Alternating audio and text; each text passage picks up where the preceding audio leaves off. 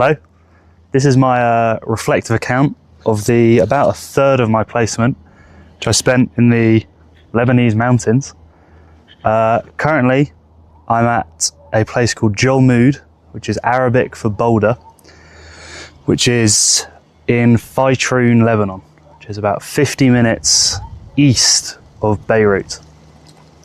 Jolmood has been a really interesting place to spend about 6 weeks. I spent here as it's the second largest adventure facility in Lebanon and almost entirely caters towards training and developing the skills of the Lebanese Red Cross and the Lebanese Army, with sort of general climbing and hobbyists coming third in that equation.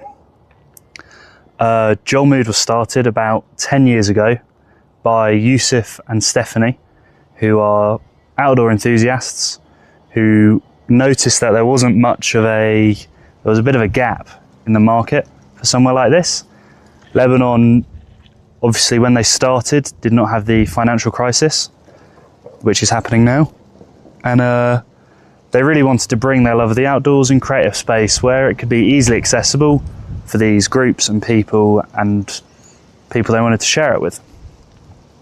The aim of this placement was I really wanted to do something off the beaten track, which was still to do with adventure education, but might not have been the conventional route of finding it. And I really think I found that here.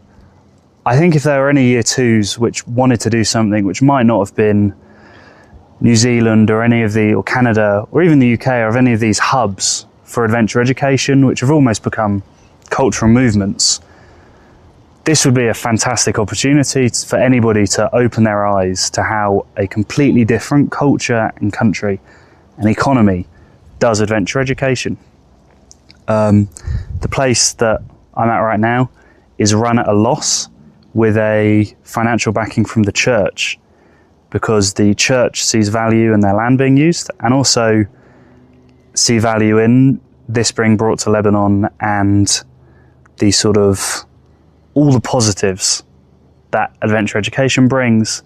And they're really starting at square one. They don't have a Lake District equivalent or a Scout Group equivalent. All those things are really new and they're all coming into the country now. I think the trip has definitely given me a completely different appreciation for adventure education in a different economic setting. As I mentioned, there's a financial crash. They're currently at like hyperinflation level with money, and yet this place succeeds. And also cultural differences in what is valued in the outdoors. So there's much less of a casual hobbyist coming here. And as I've said, throughout the week, it has been Red Cross and ropes access people and trainers who are looking for any opportunity to sort of hone their skills. What I ended up spending most of my days doing was belaying these people who were looking for practice, or even if it was their hobby, on the rock faces around, which there's loads sort of down there. There is a multi-pitch climb, which is a cliff face, and the limestone for it. So I ended up doing about 8 hours belaying most days. So my hands have been blistered to hell and back. And also learning to lead climb, which is what the Red Cross people here have been training me to do, which has been great fun.